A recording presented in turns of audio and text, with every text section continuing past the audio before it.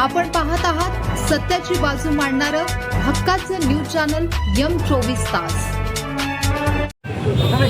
आज सांगली जिल्ह्याच्या वतीनं या ठिकाणी ज्या ज्या गावामधून शक्तीपीठ जातोय त्या त्या गावातला नागरिक या ठिकाणी आलाय, शेतकरी या ठिकाणी आलाय।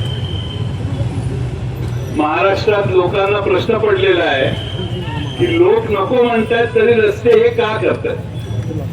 लोकांना कळेना की आम्ही आमचे पानन रस्ता मागतोय, गावाला जोडणारा रस्ता मागतोय, ते दिना झालेत, पण आम्ही कधीच अर्ज केला नाही असा शक्तीपीठ महामार्ग हे सरकार का करते। आता पात्रादेवीला परवा मी गोव्याहून येताना पात्रादेवीचं मंदिर बघायला गेलो, मागूच नाही एक छोटा बोर्ड लावलाय पात्रादेवीकडे, पत्राचं शेड आहे, गावातल्या म्हसोबाचा दगड पण त्या पात्रादेवीपेक्षा मोठा आहे, पण मी पात्रादेवीचा अवमान करणार, आपली देवी आहे, आपलं काय ऑब्जेक्शन नाही।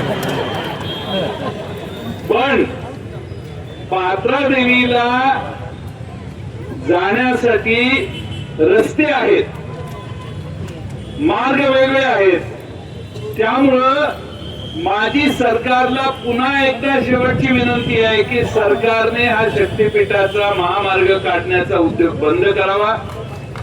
जनतेचा विरोध काय आहे हे आपण बघता, एवढे आमच्या भगिनी आलेल्या आहेत, भगिनी कधी सहजासहजी रस्त्यावर येत नाहीत, पण त्यांच्या जमिनीला, त्यांच्या नवऱ्याच्या, त्यांच्या पोराच्या जमिनीला तुम्ही धक्का लावायला लागला म्हणून आज फक्त एवढ्याच महिला आल्यात। कदाचित हे सतत पुढे जात राहिलं तर 10-20,000 महिला या ठिकाणी जिल्हाधिकारी तुम्हाला भेटायला येऊ शकतात। आज राज्य सरकारच्या समोरच्या समस्या काय आहेत? राज्य सरकारच्या तिथं आझाद मैदानात परवा उपोषण झालं। उपोषण शेतकरी करतो, महिला करतात, आमच्या अंगणवाडीच्या सेविका करतात, आमच्या विद्यार्थी करतात, लहान लहान वेगळे घटक करतात, पण कॉन्ट्रॅक्टरने या देशात कधी उपोषण आणि आंदोलन कधी केलं नव्हतं। आता या सरकारच्या विरोधात कॉन्ट्रॅक्टरांचं आंदोलन चालू आहे आझाद मैदानात। 90,000 कोटी रुपये कॉन्ट्रॅक्टरांची यांनी भागवलेले नाही, केलेल्या कामाचे मागच्या वर्षी आमदार फंडाची जी कामं केली त्याचे पैसे अजून आलेले नाही, नवीन आमदार फंड अजून आलेला नाही, हाय आपण ऑगस्ट महिन्यात।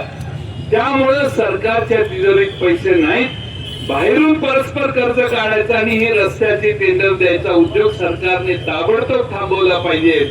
मला अपेक्षा आहे फक्त कोल्हापूर आणि सांगली जिल्ह्यापुरता, सोलापूर जिल्ह्यापुरता हा विरोध नाही, परभणीला मोठा मेळावा झाला, हिंगोलीला मोठा मेळावा झाला, या दोन्ही मेळाव्याला राजू शेट्टी साहेब जाऊन आले, लातूरला आता थोड्या दिवसांनी मेळावा होणार आहे, मोर्चा होणार आहे, पलीकडच्या सगळ्या जिल्ह्यामध्ये लोकांचा विरोध आहे।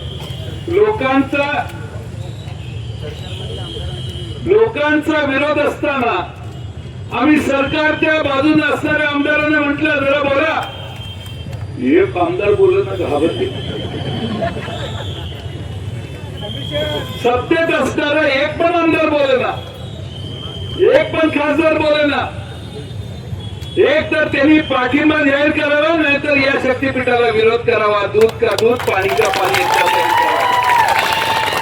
दोन्ही बाजूला राहण्याचा उद्योग बंद झाला पाहिजे। आज मित्रांनो, माझी आपणाला कळकळीची विनंती आहे, आपण एकसंघपणाने सरकारचा अतिरेक परतावून लावूया। मोजणी करायला जर मागणी, मोजणी करायला जर सरकार यंत्रणा आली तर तुम्हाला काय करायचंय माहिती आहे। सरकारने अलीकडे खास अधिकारी या जिल्ह्यात पाठवलेत आपलं मोडून काढायला, पण आपणही तेवढ्या ताकदीनं इथं जेल फोडणारे वसंतदादांचा हा जिल्हा आहे, त्यामुळं सांगली जिल्हा महाराष्ट्रात सगळ्यात वेगळा जिल्हा आहे। त्यामुळं क्रांतिसिंह नाना पाटलांचं नाव घेऊन आम्ही या लढाईला सुरुवात केलेली आहे मगाशी या मोर्चाला, आणि म्हणून माझी तुम्हा सगळ्यांना विनंती आहे की आज आपण निवेदन देऊ, सरकारला पुन्हा जाग आणण्याचा प्रयत्न करू, सरकारने या बाबतीत पुनर्विचार केला पाहिजे अशी शेवटची एकदा विनंती या जिल्ह्याच्या वतीने करू. मोजायला जमिनी मोजायला जर आलात, शेवटी कसं आहे, पैसे जास्त मिळणार, 50 लाख रुपये मिळणार, 80 लाख रुपये मिळणार. अरे ते वर्षभरात संपतात. त्या समृद्धी महामार्गात लोकांनी पैसे घेतले, पैसे संपले. आता पोरांनी उद्योग काय करायचा, बापाने उद्योग काय करायचा हा प्रश्न पडलेला आहे. आणि त्यामुळं आपल्याला शेतीशिवाय दुसरं काय माहित नाही. शेअर मार्केट मध्ये पैसे गुंतवायचं ज्ञान आपल्याला नाही. येणाऱ्या पैशाचा विनियोग कसा करायचा याचं आपलं नियोजन नसतं. आता जर आम्ही ज्या जमिनीतनं दरवर्षी 22 लाख रुपये मिळवण्याचा प्रयत्न करतो, त्या जमिनीतनच तुम्ही रस्ता काढला तर आम्ही मिळवायचं पुढं काय. आज तुम्ही रस्त्याला जमीन द्याल, पण उद्या तुमचा नातू विचारेल तुम्हाला काही हेड लागलं होतं का त्यावेळी काय करणार. तुम्ही आजचा विचार करू नका, उद्याचाही विचार करू नका. ज्यावेळी नातू येईल, नातू तुम्हाला 20 वर्षाचा झाल्यावर म्हणेल मला काहीच करता येणार रे, जमीन नाही आपल्याकडं. आपण काय भूमिहीन होतो का जन्मल्यापासून. त्यावेळी तुम्हाला त्या नातवाला उत्तर द्यायचंय, हे कधी विसरू नका. पैसे येतात आणि जातात, पण जमीन कधी जात नाही. की जमीन काढून घ्यायचा उद्योग ही लोक करायला लागलेले असतील तर आपण ताकदीनं त्यांना विरोध करावा. आज राजू शेट्टी यांनी सगळ्या जिल्ह्याच्या शेवटपर्यंत नेतृत्व करून आपल्या सगळ्यांना एकत्रित करण्याचा प्रयत्न केला. आमचे विजी काका, आमचे कॉम्रेड गुरव साहेब सगळेच हे 24 तास काम करतात.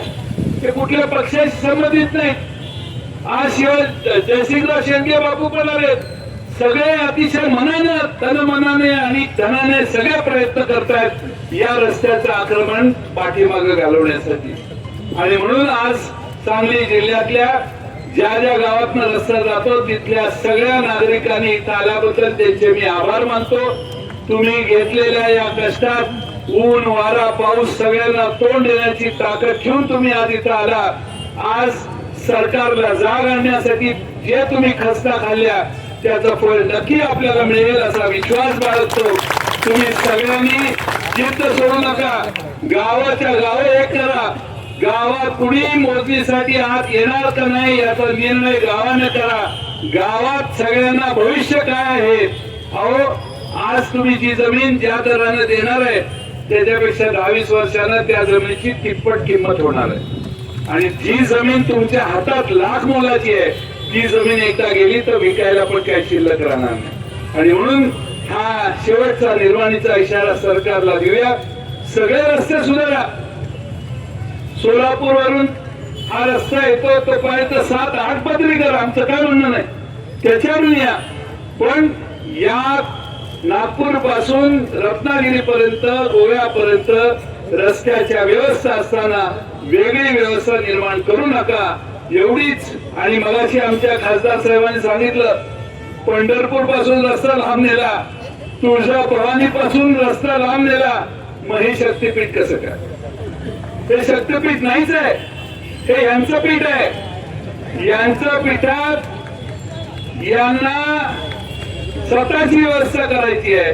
आणि म्हणून माझी आपल्याला विनंती, आपण एकसंघ राहू. खासदार आमचे या ठिकाणी विशाल पाटील साहेब मुद्दाहून आले, त्यांचेही आभार मानतो. आम्ही लोकसभा संपल्यानंतर आजचा हा कार्यक्रम ठेवायचं ठरवलं होतं.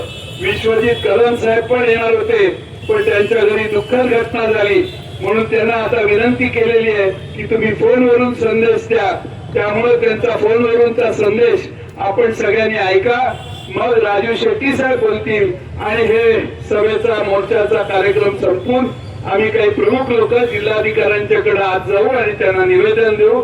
आम्ही आज गेल्यावर आपण सगळ्यांनी जायला हरकत नाही. मी विश्वजित कदम यांना विनंती करतो आपल्या समोर त्यांनी त्यांचं मनोगत मोबाईल फोनवरून व्यक्त करावं. बोला. नमस्कार, धन्यवाद जयंत पाटील साहेब. आदरणीय राजू शेट्टी साहेब, सांगली जिल्ह्याचे लोकप्रिय खासदार सन्मान्य विशालदादा पाटील, उपस्थित जानकर साहेब आणि सर्वच तमाम शेतकरी सांगली जिल्ह्यातले नागरिक, कोल्हापूरचे नागरिक, मला वाटतं आदरणीय बंटी पाटील साहेब तिथं उपस्थित होते या मेळाव्यासाठी.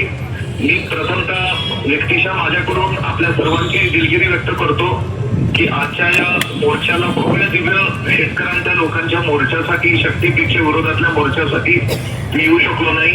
आमच्या कुटुंबात दुःखद घटना 2 दिवसापूर्वी घडल्यामुळे आणि आज रक्षा विसर्जनचा कार्यक्रम असल्यामुळे मला येणं उचित नव्हतं. आमच्या पलूस आणि कडेगाव तालुक्यातले कार्यकर्ते लोक या मेळाव्यासाठी उपस्थित आहेत, परंतु मी फार काही लांब नसत भाषण बोलणार नाही कारण मोबाईलवर बोलतोय. 100% हा शक्तीपीठ हा शेतकऱ्यांच्या लोकांच्या हिताविरोधातला आहे. कारण आपल्या बागायत क्षेत्र, सुपीक जमीन त्याचं प्रचंड मोठं नुकसान शेतकऱ्यांचं लोकांचं होत आहे. गरज नसलेला, कारण नसताना हा शक्तीपीठ महामार्ग त्याचं अलाइनमेंट 2-3दा बदलून शासनाने लोकांची, शेतकऱ्यांची घोर फसवणूक केलेली आहे. सातत्याने आम्ही लोकप्रतिनिधी, आमदार असू, खासदार असू, आम्ही राज्य शासनाला विनंती करत होतो की ह्याचं अलाइनमेंट करत असताना स्थानिक लोकांना, स्थानिक लोकप्रतिनिधींना विश्वासात घेऊन करा, जेणेकरून लोकांचं नुकसान होणार नाही, शेतकऱ्यांचं नुकसान होणार नाही. तर तसं काही झालं नाही आणि अचानकपणे हा शक्तीपीठाचा महामार्ग आता आपल्यावर लागला जातोय.